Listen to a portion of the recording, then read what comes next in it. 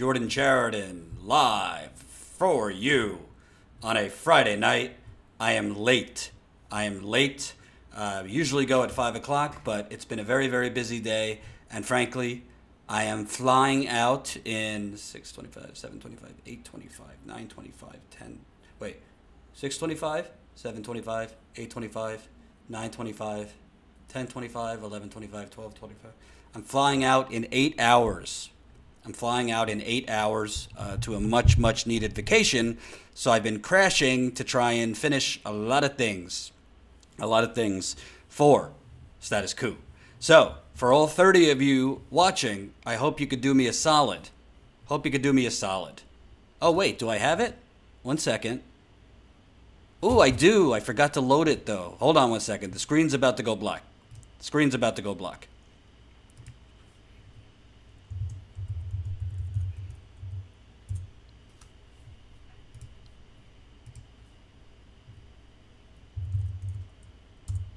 Do do do do do do do do do do do do do do do do. So I need you from now on.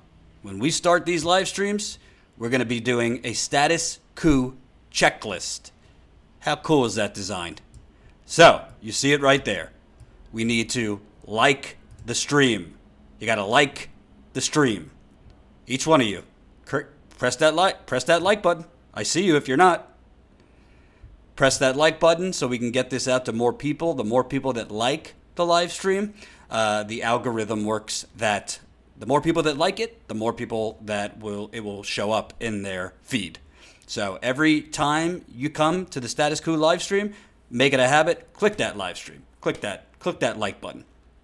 You could also become a member. We talked about this yesterday. We now have paid membership for Status Coup. This is the way we're going to grow long term. I'll remind you, you could just go to statuscoup.com right now and become a paid member. You could do it as low as $5 a month as a status slayer, or $10 a month, and the perks of what you're going to get are right there. We just launched this. We now have 25 members, but we need to grow that bigger and better. And as Trump says, we need to grow it so quick your head will spin.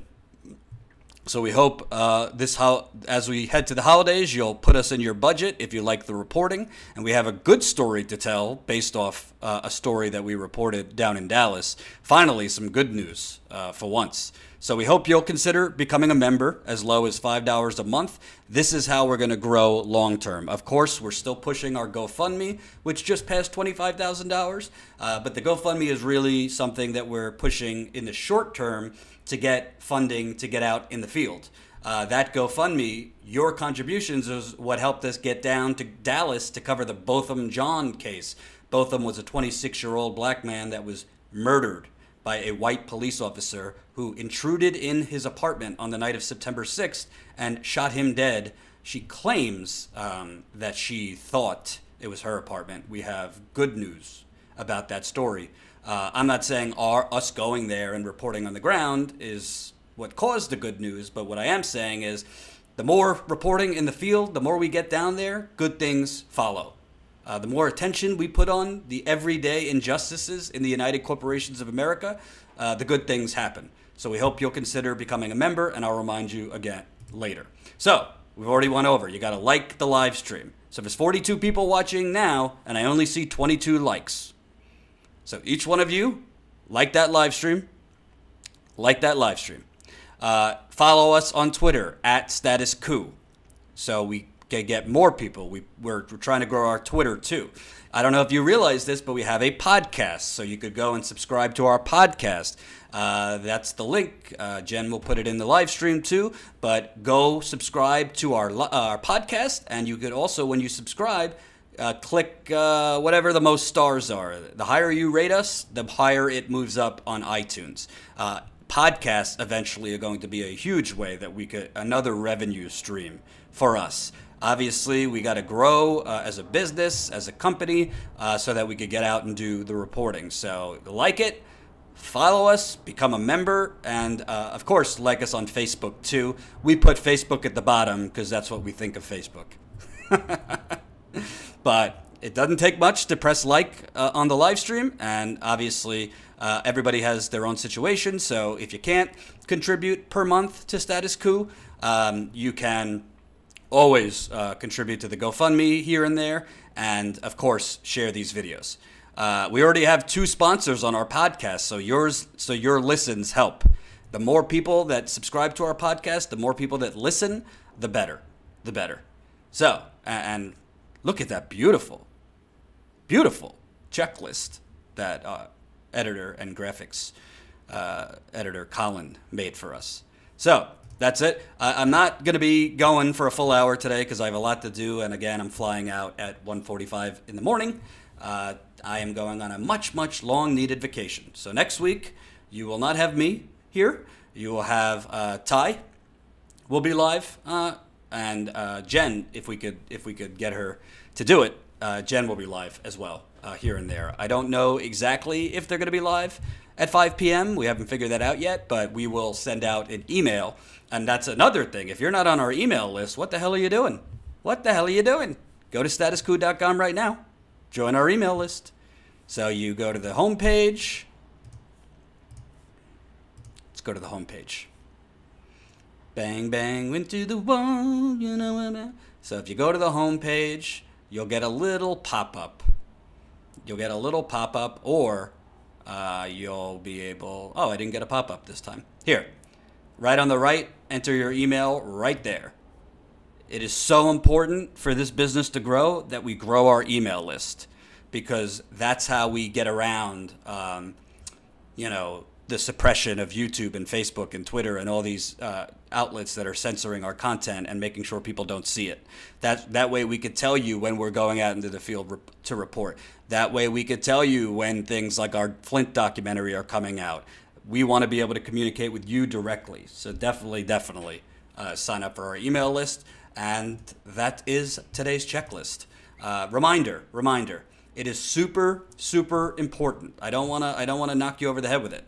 It is super important that we grow our paid membership, because the more we grow our paid membership, not only does that allow us to become a sustainable business, but also the higher our numbers are as far as paid members, so monthly paid members, the easier time we'll have getting larger funding, because those people that might want to participate and fund us, progressives and people aligned with our vision, not dirty oligarchs, they like seeing that an outlet already has a revenue stream. They like seeing that an outlet already has a large following and people willing to pay for the content. And of course, what do you get out of it? You get behind the scenes content. You get Ty and my podcast in full. You get exclusive photos from in the field. You're also going to get behind the scenes content from when we're in the field that we don't post on YouTube. You're also going to get a monthly newsletter with original reporting in it. You get a lot. So I hope you'll consider it. So there's no other story to lead with other than what I consider. No, you said, and you get a vacation first. My vacation is my money, not company money. So this vacation is all credit card points. Thank you, Squirrel Lips. Always getting us ready. Always getting us started in the super chat, $1.99. Appreciate it, Squirrel Lips. Hope you'll consider becoming a member at $5 a month. I hope. Only thing Jordan better be posting next week is that Status Coup hat on different beaches. Ooh, I like that idea. Maybe I'll do that. So we went down in October, I think it was, thanks to your generosity on the GoFundMe. I'll give you that update too real quick. We are at $25,167. So we just passed the halfway point. Obviously, our goal is $50,000. It's really awesome that we raised over $25,000 in just really 2.5 months. So thank you.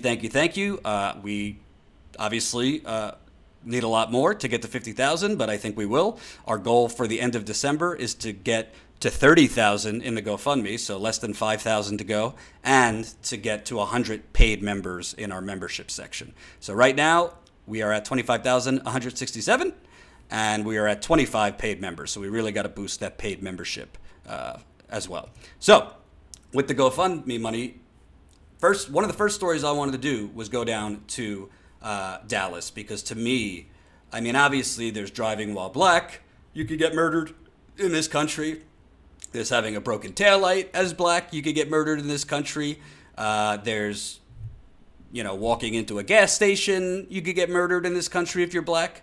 But in the case of Botham Jean on September 6th, Botham, who was originally from St. Lucia in the Caribbean, he moved here in, I believe, 2012 it was, to study. He moved here to study, and then he decided to stay. So after his schooling, he got a job at PricewaterhouseCoopers House, which is a financial firm. I think he did accounting there.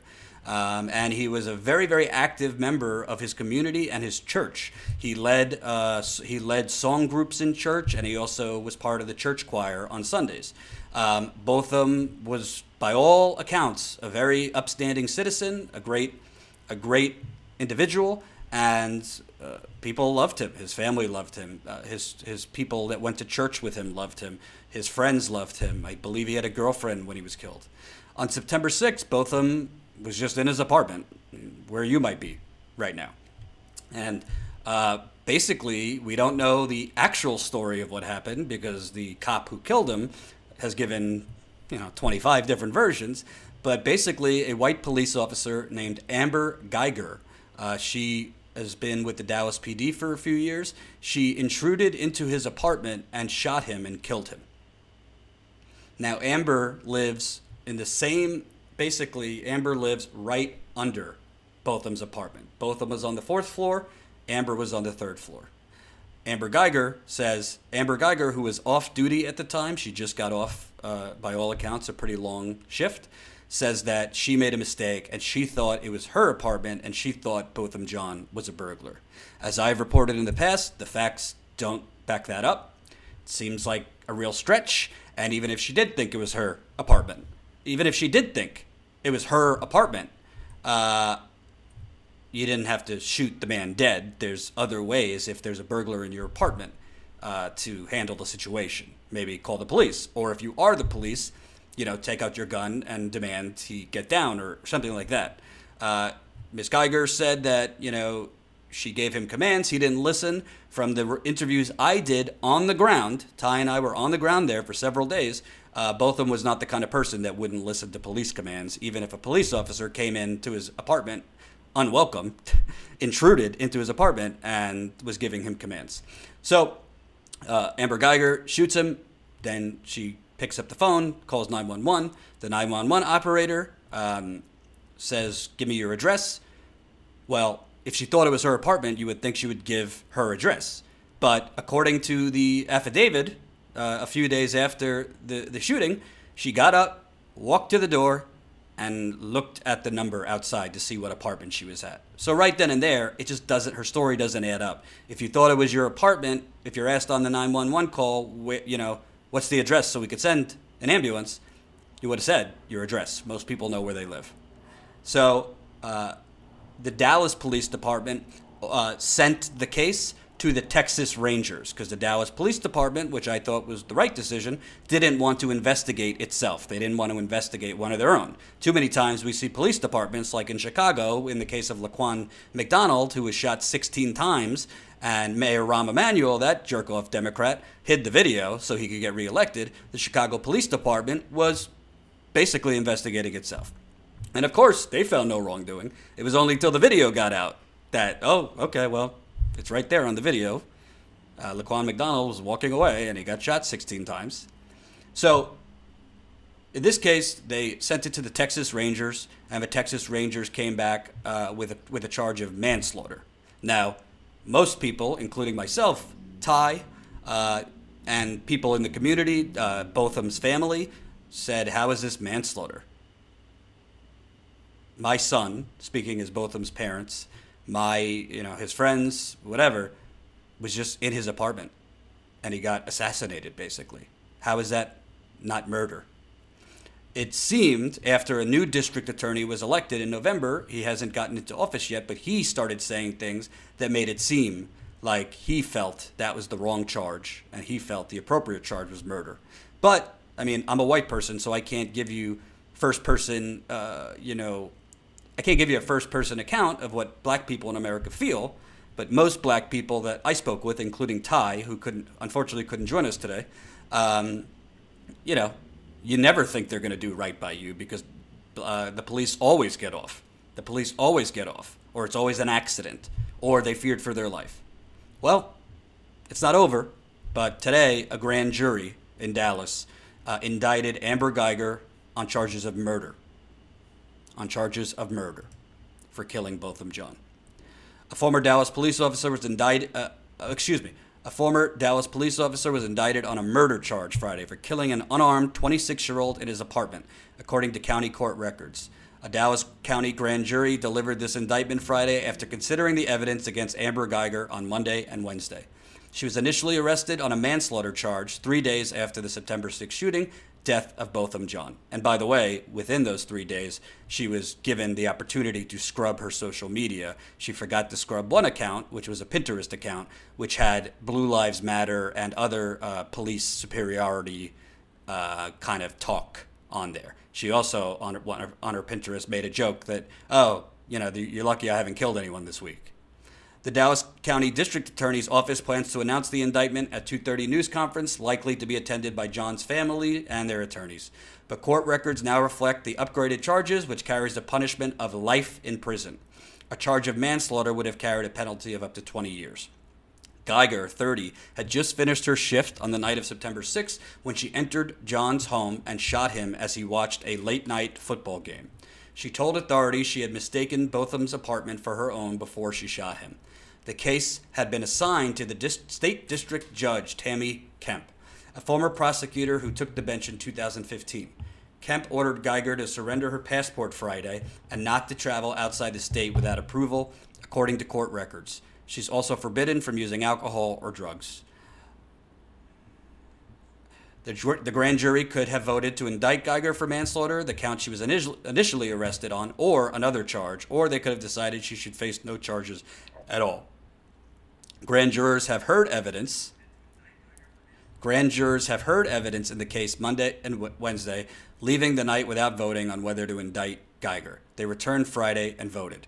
Court records show the indictment was a grand jury referral, indicating that prosecutors sought a murder count instead of the manslaughter charge Guyger was arrested on by Texas Rangers. There is no indication her $300,000 bail has been increased. If the amount remains the same, Guyger will likely not have to turn herself in again to authorities, although prosecutors could still seek to raise the amount. John was killed as he watched football in his apartment a few blocks north of Dallas Police Headquarters in the Cedars. Amber Guyger, who had just finished her police shift, entered and shot him. Guyger told authorities she thought John's apartment was her own and believed he was a burglar. John lived in the apartment directly above Guyger at the South Side Flats complex. Guyger was arrested on manslaughter charges on September 3rd, 3 days after the shooting, and was booked in the Kaufman County Jail. She's been free since she posted bond that night. Because grand jury proceedings are secret, it is unknown exactly what evidence prosecutors have presented to the jurors. But attorneys for the John family said both Allison John, Botham's mother, and his sister, Alyssa Charles Finley, had taken the witness stand. The attorneys for the John family, who are representing them in the federal lawsuit they filed against Guyger and the city of Dallas, have said they are hopeful for a murder indictment. Anything less, we will feel, would be a miscarriage of justice, attorney Lee Merritt said. In a Facebook post Thursday, Merritt warned against any statements promising a backlash if Guyger wasn't charged with murder, saying they could be used as an argument to move the case out of Dallas County. A murder indictment will be handed down, he predicted. Statements threatening retribution, if it is not, will do nothing to help secure that outcome and can only hurt the case of justice for Botham Jean. So, obviously, an indictment means it's going to trial. So, you know, this is, you got to take progress where you could get it. And I would say this is some form of progress. The fact that this officer has been indicted for murder. Now, we'll see what happens at a trial. But at the end of the day, I don't know Amber Guyger. No idea. She might be a violent person. She might not. She might have had a psychotic break. Who the hell knows? But you are a trained police officer. You're a trained police officer. So if anybody should be reacting in a different way to what you potentially thought was a burglar, it would be Amber Geiger. Okay? So even if you want to give her the benefit of the doubt that she thought it was her apartment, which I find hard to believe, to be honest with you, her decision then, when seeing Botham Jean in what she might have thought was her apartment, to shoot him dead when he didn't have a gun. He didn't have a gun. He wasn't pointing a gun at her. There was no threat to her. Is murder. I mean, that's clear. It is murder. So it really, to me, it doesn't really matter if she thought it was her apartment, if she didn't think it was her apartment. The decision to kill someone, to use lethal force, is murder. Both of them, I mean, this is good news, but this is not good news that is going to bring this 26-year-old man who sang at his church, who is a great member of the community, who is working in finance and by all means growing in his career. It's not going to bring him back. It's not going to make his mother sleep that much better tonight. Too many black men are being assassinated by, frankly, if not straight up racist police, police with subconscious racial biases and irrational fear of black people. NWA says she's not going to be convicted of anything. That remains to be seen. We don't know the evidence, but a grand jury saw the evidence and thought it was murder. So the evidence must be convincing in some way. And reminder, folks, this is a super chat, so you could contribute via the super chat. You could contribute on GoFundMe, or we definitely want you to become paid members too. So you can become a paid member at statuscoup.com for as low as $5 a month. Just reminding you, because the audience is going up. So we're wanted to remind everyone. Smash that like button, Victoria says. I agree. If you don't know, the more people that like the live stream, the algorithm works that the more people that like it, the more people will see the live stream. So I want to play to you, if you didn't see our reporting in Dallas, I want to remind you of who this man was. Because this story is essentially about what the world lost for no reason. What the world lost. Why is this man gone? Why is a mother without a son? Why is a father without a son? Why is a sister without a brother? Why is a church without a leader? Why is a girlfriend without her boyfriend?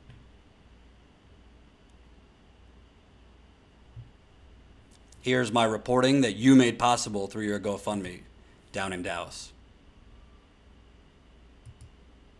Oop. Hey, it's Jordan. I am here in the Dallas West Church of Christ, right near downtown Dallas. I'm here with Minister Sammy Berry, and this is the very church that Botham Jean was both a worshiper in. He also taught Bible study here, and he was part of the community here for the few years after he moved to Texas. Botham Jean, if you're not familiar with the story, Ty and I have been down here for a few days. Botham Jean was a 26-year-old African-American. He's from St. Lucia, apparently. Originally, and moved here a few years ago. He went to college here, and he then got a job with PricewaterhouseCoopers, which is a financial auditing company. And he, on September 6th, so a little over a month ago, was just where you might be right now. He was just hanging out in his apartment in Dallas, and a white police officer by the name of Amber Geiger, the story has changed multiple times, but she came to Botham's apartment. Botham was on the 4th floor. This woman, Amber, lived right under him on the 3rd floor, intruded in on his apartment and shot him dead. Now, there's been multiple different accounts from Amber on what exactly happened. She claims after a long shift, because she was off duty at the time. She's a police officer, was off duty, claims she mistook his apartment for her apartment. I have reported on inconsistencies in her story, but the bottom line is she was let out on a $300,000 bond after 1 hour. She has been charged with manslaughter, but we have no information on why manslaughter and not murder. You would think, common sense, if you just go to some random person's apartment and shoot the person dead, that's murder. She has been fired from the Dallas PD, but she is not in prison or in jail waiting for trial, and very little information has been provided to Botham's family or your community. Before we get to what happened, I want to just, who was Botham Jean? He was here for a few years. You've been a minister here for almost 2 decades.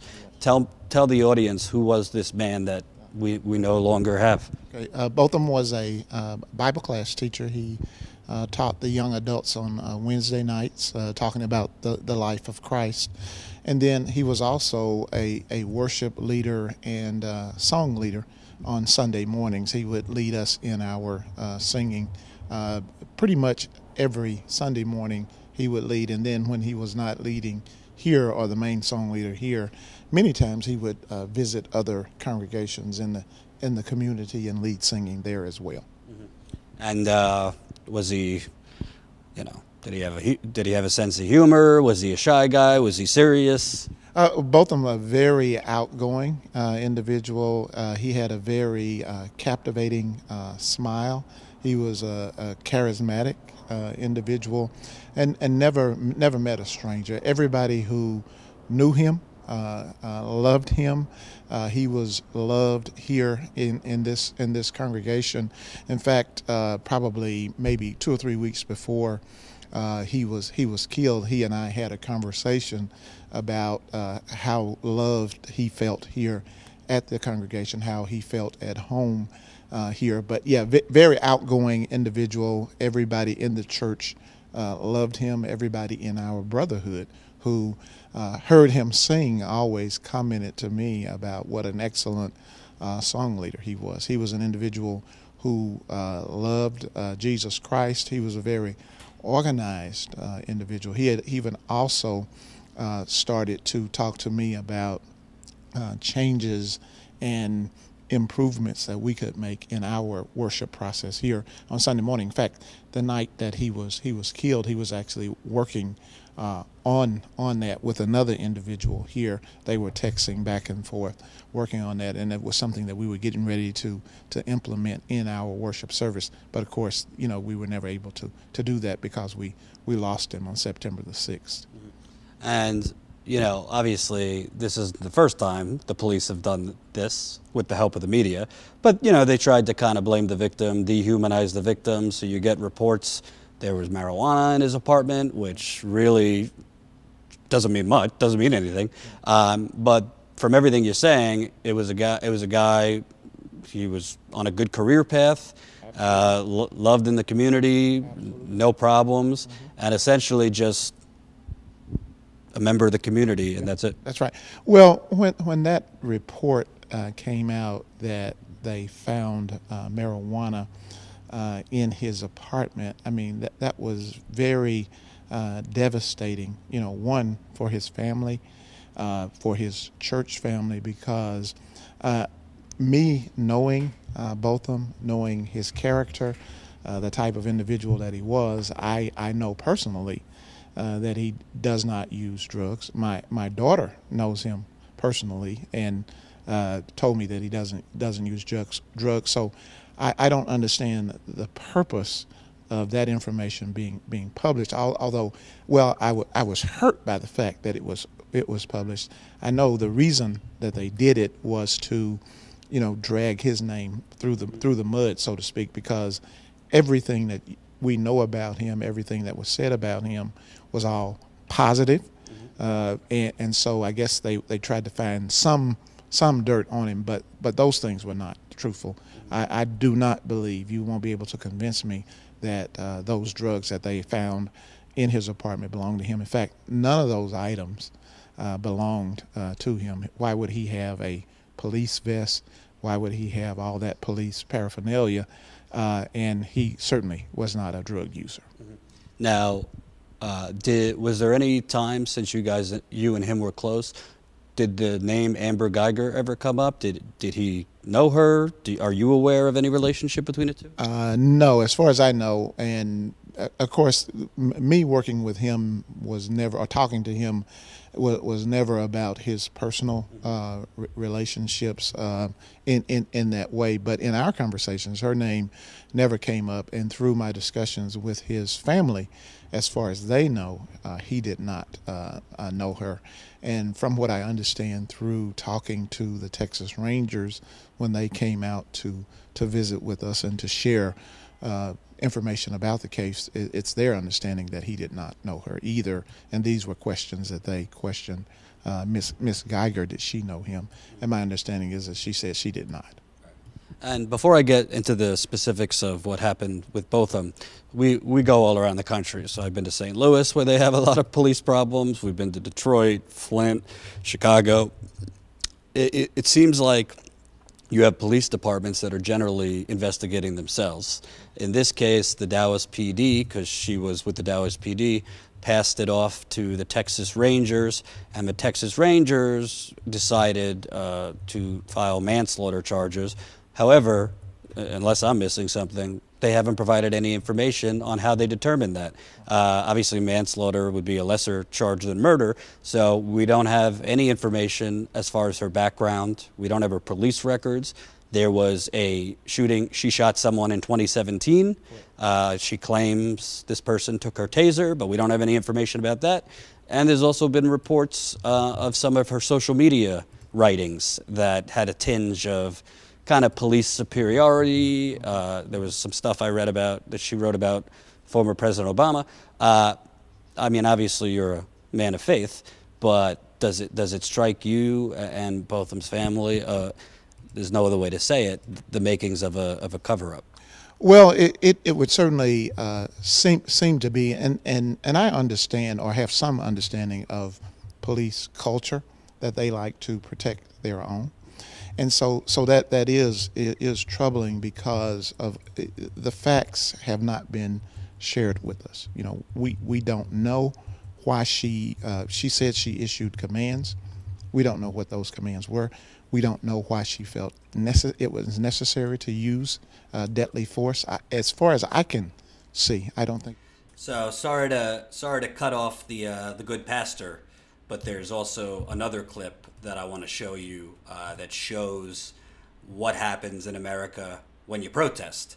What happens in America when you protest. So while I was down there, I also interviewed two black men who protested for Botham Jean, and they and 7 others, so there were 9 total, were arrested as they were walking away at the end of the protest. They were arrested and they were kept in jail for 3 days. 3 days they were kept in jail. One of the gentlemen's name, he calls himself Brother Shout, and the other one was Daryl. Both black men in Dallas that we spoke about, both what happened with both of them, but the overall situation of what black men in Dallas are dealing with when it comes to police. And I'm sure black men can sympathize in other communities. So here's part of that interview. Hey, it's Jordan. I am here in the Dallas West Church of Christ. Hey, it's Jordan. I am here live in Dallas. We are with 2 men that were arrested. They were protesting the murder of a 26-year-old black man here, Botham Jean. If you haven't seen the story, unfortunately, there's not been a lot of media attention nationally on the ground here. But over a month ago, so September 6th, we're October 8th, so a little over a month ago, Botham Jean was just hanging out in his apartment, like you might be right now, when a police officer, a white female police officer, according to her, went to what she thought was her apartment and killed him. She shot him, claiming that she thought it was a silhouette or a burglar. There's a lot of things that don't make sense with her story, which I'll get to while we talk. But the bottom line is he was 26. He was an accountant for PricewaterhouseCoopers, which does financial auditing, and I'm here with Shout and Shakur Siggs. You were both demonstrating with other protesters, I think like 2-3 weeks ago. And as you were walking away, the police kind of rounded up all of you and arrested you, and you spent 40 hours in jail. So I just want to ask you, you're both from around here. I take it that a police officer going to this young man's apartment, claiming she thought it was his apartment, shooting him dead, getting out in 1 hour. She went to jail. She got out off a $300,000 bond in 1 hour. She wasn't fired right away. It took a few weeks for the police department to fire her. She's been charged with manslaughter, but she's not like in a jail cell waiting for trial. She is out and free right now. I take it this does not surprise either of you. Oh, no, I definitely, you know, living in this country, it does not surprise us, being the history of police brutality and police privilege in this society. So, no, it doesn't surprise us. Yeah, I'm not surprised about this situation, but I'm shocked about, you know, the whole situation about coming into the house. This is like a first situation that happened where a cop then came in somebody else's house and gunned them down. And there's like, they're trying to have no consequence for it, you know what I'm saying? And what's interesting to me, I mean, obviously I don't know what you guys go through. I just cover it as best I can. But like Ty, who's behind the camera, always says, you know, guilty like black while driving, or, you know, things like that. But this is literally like, I don't even know the phrase for it. This is just like black while living. You're like in your apartment. And just so you know, the original search warrant, the cops said, or Amber said, that both of them lived a floor above her. So both of them lived on the 4th floor. She lived on the 3rd floor. She says she parked on the wrong floor, you know, the parking garage. She parked on the wrong floor and then went up to what she thought was her apartment. And she, according to the original search warrant, she tried to open the door with an electronic key card, and it wasn't working at first, and then both of them opened the door for her. Then both of them opened the door for her, and she thought it was a burglar and shot.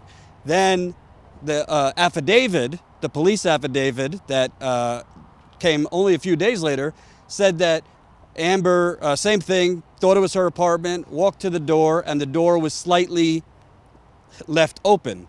Well, this contradicts with various people who live in that apartment complex who put out videos showing these doors are very, very heavy. So they just shut. They shut as soon as you let go. And you would really have to try to leave it open.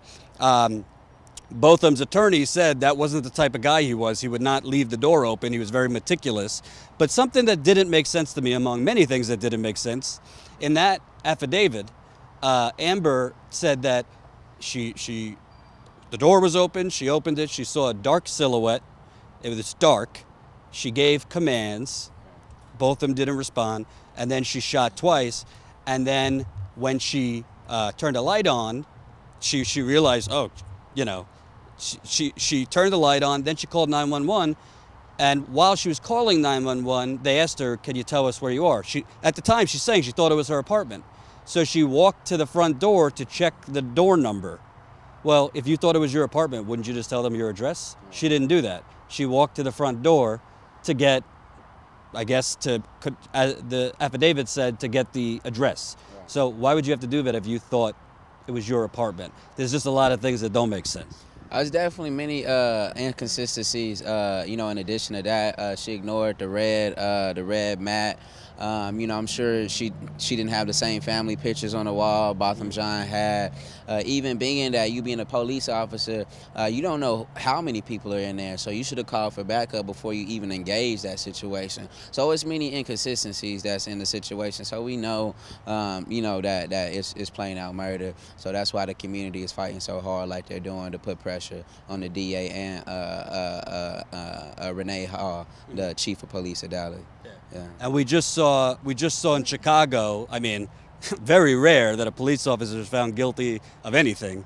In Laquan McDonald's case, Jason Van Dyke, the cop who shot him 16 times, they covered it up. He was just found guilty of second-degree murder. But we saw throughout this process to get to the guilty verdict a cover-up. They didn't want to release the video. They didn't want to release the police records. It's obviously a different case here, but similarities. They won't release the 911 call with her. They won't release her police records, which include this officer shot a man in 2017. Yeah, so she shot someone last year, and they also won't release the timestamps of how long she worked that day. They basically won't release anything, and also there's no explanation for why her body camera was off. We don't even know if she was drug tested or not. That should have been one of the first things they should have did, DPD. She was all incoherent, didn't know where she was, the wrong floor. You know, even a blind person know when they're not in their own house or not. Yeah. So talk to me about Dallas, because you hear from some accounts like, oh, the Dallas PD, they actually care about, civic engagement and things like that. But then we go around the country and we know that's not the case. Is the relationship between black people here and the police department as bad as other places? What's the background outside of this shooting as far as the dynamics between the police and your community? Well, before the Box Spring cops was convicted of murder of Jordan, who's that, Jordan Edwards. Cop hasn't been convicted here since 1970 something, and it's been like hundreds of deaths of black people, brown and black people been killed by the police. So it might not be worse as other cities, but it's still bad. Mm-hmm. You know, we still get shot down and they covered up, and it's no airplay, no nothing like that. Till recently, there hasn't been a grievance policy to file, official complaint. There until I believe like last week or the week before that, there wasn't a way to file an official complaint on the police in Dallas, Texas, until Renee Hall kind of changed that, based off of the pressure from the community, you know what I'm saying? But so yeah, Dallas, I think people sleep on Dallas. They think since it's not really in the news here that they don't think like the police is really, you know what I'm saying, like that here. But it's real. It's a reality here, especially for the youth. And also, what I don't understand, the first thing they did was get a search warrant for his apartment. What's the instincts? Like, there was no actual call on him. There was no violence. The violence was perpetrated on him by her. So why wouldn't you immediately start checking her apartment for, are you doing illicit substances while working? Are you, whatever the case may be, they check her apartment, and then in the age-old tradition, the police department leaked that he had marijuana on him. Right. I said, I don't care if he had a caged lion in his apartment. I mean, he wasn't doing anything. Right. Talk about the process where they, right out of the gate, started checking into him. That's how they do. They, they tear down the good nature of us. You know what I'm saying? In the media, I don't care, from goddamn Bill Cosby to anybody, they're gonna try to tear us down, the image in the public. That's what the media does. I know that you're familiar with that, and so it's nothing new, man. It's just blatant. You know what I'm saying? They doing it now in 2018. You know what I'm saying? So I think it's only people expect something else for whatever reason. They feel like racism is out. Racism is not alive in corporate America and all of that. I don't know why, but it's not a surprising to me that they tried to dehumanize his brother by showing them he had weed in his apartment when weed is still illegal in many states in this country. And to be frank, we really don't know who weeds that was. That could have been planted, by the cop, or it could have been, somebody else's. We don't know. He's dead. He can't speak for himself. Right. And there's something else. I mean, even if he was a bad guy, which there's no evidence that he was, it's not guilty. It's not a crime to be like a bad human being hanging out in your apartment. He was the perfect black guy. He was the perfect black guy that America wants, and he still gets gunned down. Wasn't he? Didn't he do prayer and things like that? Yeah, he was very active in his church. And the thing that you also have witnesses who have said that they heard the cop, Amber Geiger, banging on the door and screaming, "Let me in, let me in." Right. Yet you have this musical chairs musical chairs of explanations, but it seems like, obviously we know police department protect their own. That's right. But it seems to me that in this case, all right, they fired her after a pressure campaign weeks later, and they're charging her with manslaughter. But how could you charge her with manslaughter, which is the lesser compared to murder, without revealing any of your findings yet, without revealing, you know, how does she sound when she called? Did she know Botham before then? Was there any issues? He lived right above her. How do they just automatically come to manslaughter and not murder? I believe it was a situation where Renee Hall, The police chief.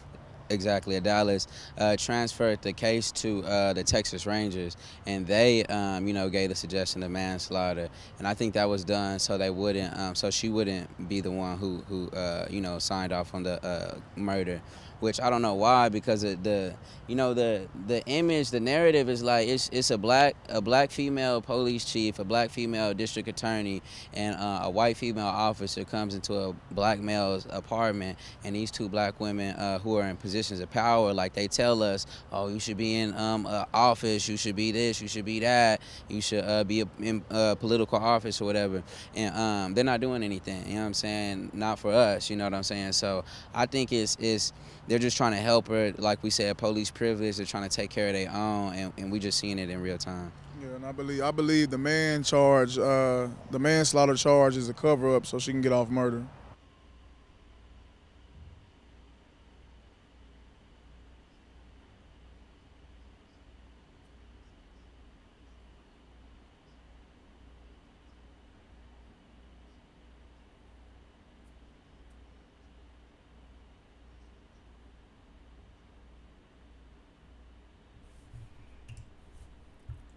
So there you have it. That was two black men in Dallas that were arrested while protesting for Botham Jean. Them and 7 others were literally thrown in jail for 3 days for protesting Botham Jean.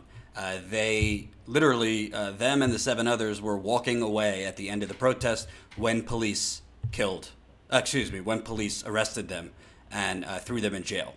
So protesting a just horrendous crime, a crime of humanity. I don't know what is in Amber Geiger's mind. I don't know what is in Amber Geiger's heart, but she assassinated, from what we know, a complete stranger. She assassinated a stranger, basically. There's some reports that she called the building because his music was loud, but as far as I know, they didn't know each other, and she killed him. So you have people in the community protesting, and they were thrown in jail for 3 days. They spent more time in jail than Amber Geiger did after she shot him dead. She spent 1 hour in jail before being bonded out. So the important thing, what I'm trying to get across, listen, I don't want to pretend that, hey, we went down there and we covered it and we reported on it, and as a result, she was indicted on murder charges. Obviously not. Obviously, we didn't have anything to do with that. But I would like to think we had a little something to do with getting this story more attention. When we went down there, some of our clips on Twitter, I mean, Jen, you could say in the live chat, but some of our clips on Twitter were getting shared, I mean, in the thousands.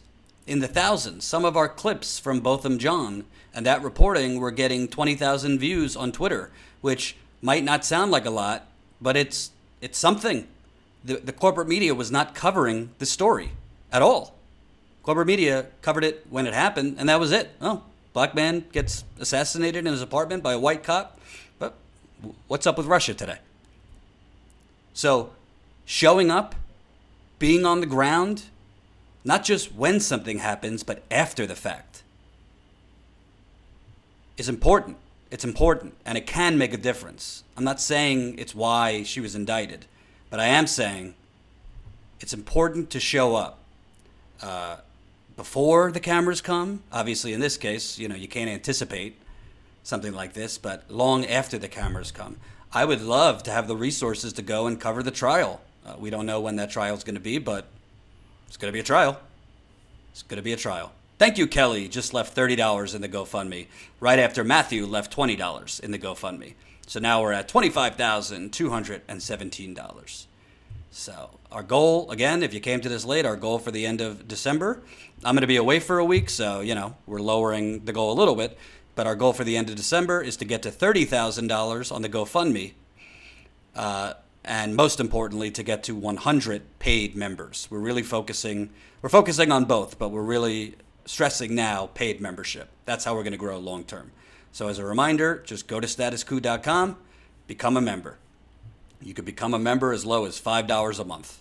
As low as $5 a month, or for a little bit more, you get at $10 a month. And I already showed you, but I'll show you again. You get the podcasts at $5 a month. You get our behind-the-scenes video diaries, which go a little bit more in depth about what we're dealing with as far as trying to grow this business, what we're dealing with as far as the corporate media, and a whole lot of other things. So just go to statuscoup.com and click on Become a Member, and you could look at the options. We really hope you could factor us in and budget us into your holiday budget, and then your budget after that, as low as $5 a month or $10 a month, because it's important. That's how we're going to continue covering these stories on the ground. The GoFundMe, yes, is the seed money we need to get out in the field initially, but paid membership is what we're going to need to grow and sustain a business. So that's the story. That's the story. We believe that journalism that gets out and rolls up its sleeve, and it's not always going to be me. Hopefully our goal is to hire other people. But journalism that gets out in the field, rolls up its sleeve, is what we need, in this country.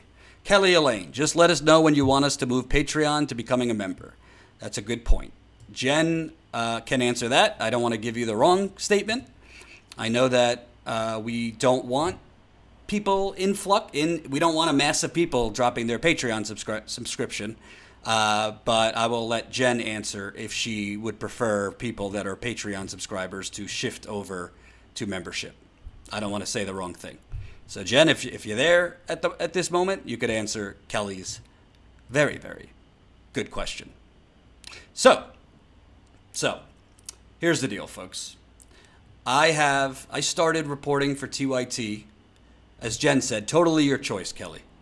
I will say Patreon takes a little more of a cut than membership. So when we announced paid membership, this is what we said. For Patreon subscribers, you don't have to do a thing. You could stay a Patreon subscriber. We're going to be loading the same content we put for members up to the Patreon. Or if you'd like, you can move over to membership.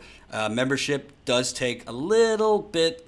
The membership processor takes less of a percentage cut than Patreon does. Bitch says, Jordan Jen, please watch old movie called Emily Zola, based on a true story. You will see Jordan's fire, integrity, and passion for the truth.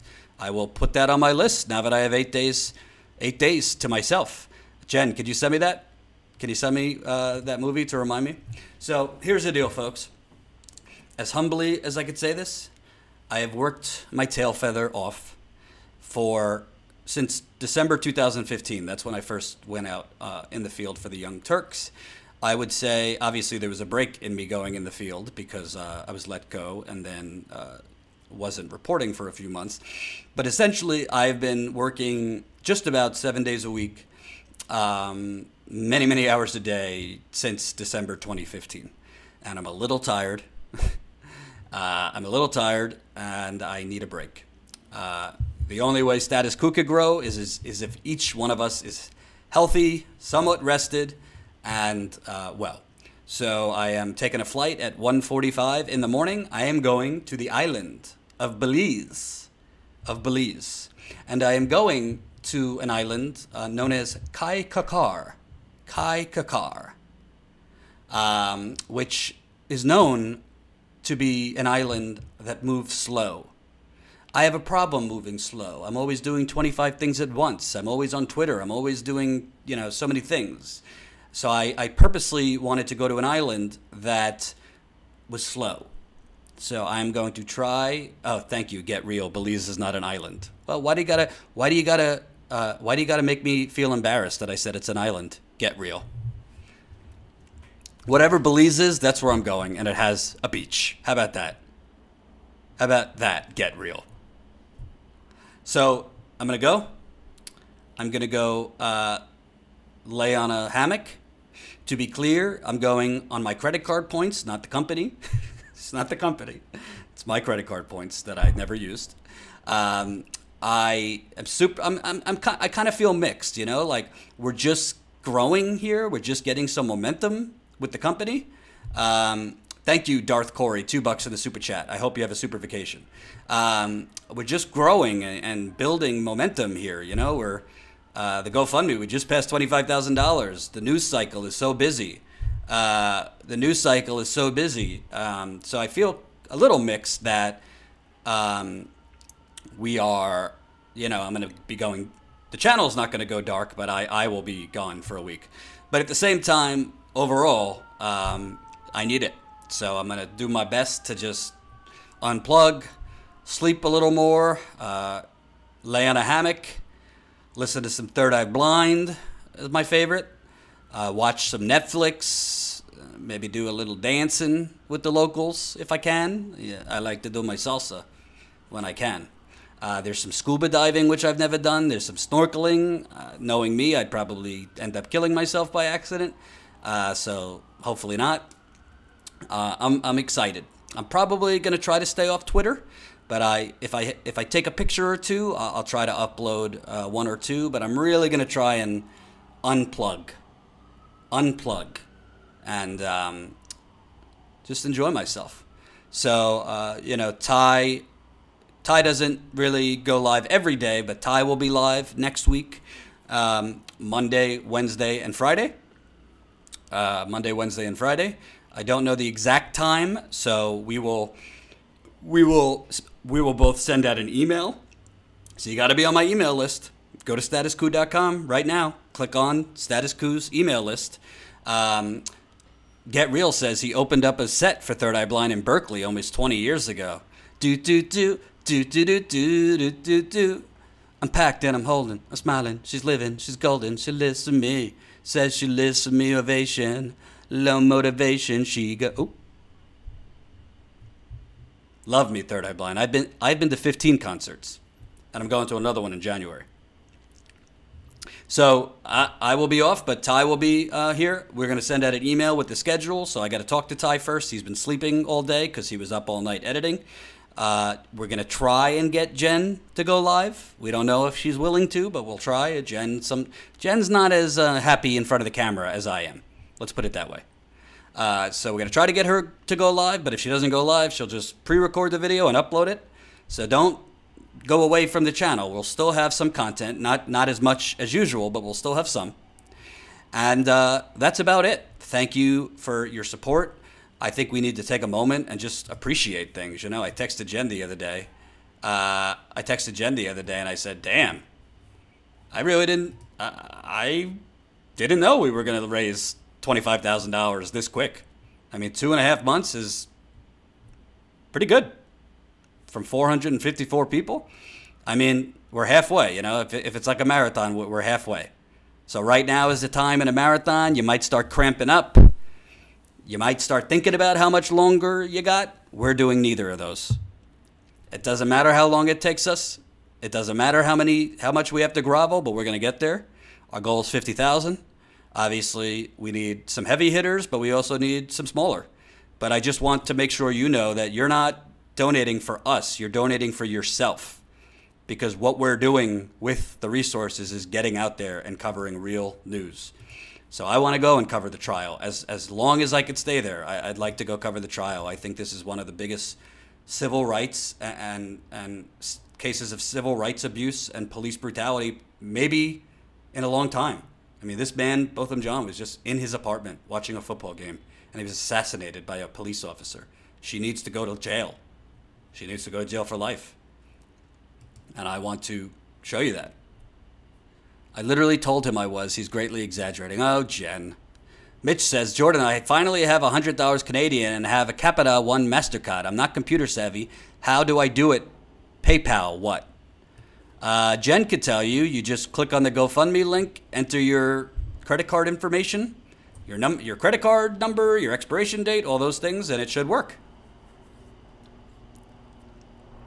So that's it, folks. I appreciate you supporting us on the GoFundMe. I hope you'll consider, while I'm lying on a hammock with my money, not the company's money, I really, really hope you consider becoming a paid member, because that's how we're going to grow. I will tell you that I do have some folks in mind to potentially join us in Status Quo down the road. Those people obviously need to be paid. I think you would like the people that I have in mind to join us. So I hope, yeah, we all have our budgets. We all have our realities. So if you can't contribute financially, if you can't contribute monthly, we understand, but you can press the like button every time you come on this live stream. You can press the share button every single time you come on this live stream. And word of mouth is still important, believe it or not. So tell your friends, tell your family, if they're progressive, if they care about water, the environment, if they care about brutality against black people, if they care about right and wrong, tell them to subscribe to this channel and tell them to consider contributing to this channel. So, Mr. Black, Jordan, my brother loves Third Eye Blind. Your brother's a smart man. Kelly Elaine, 200 is coming from my income tax refund in February. Wow. Kelly, I want to make sure you have some money left over from your income tax. Don't give us too much, but I'll take it. So, thank you for watching. And as always, as I go to lie in a hammock somewhere, if I make it, because there's a lot of steps to get to Belize, most people are not lacking compassion. I've met them. Most people do care when they're informed of what's going on. Most people are not informed what's going on. Most people have no earthly, godly fucking clue what the hell is going on. Let's change it together. Let's change that together. Become a member. Become a member. I'm begging you. Before I go lie in a hammock, I am happy to beg. Become a member to Status Quo. Peace out. Love you. Mean it. Peace.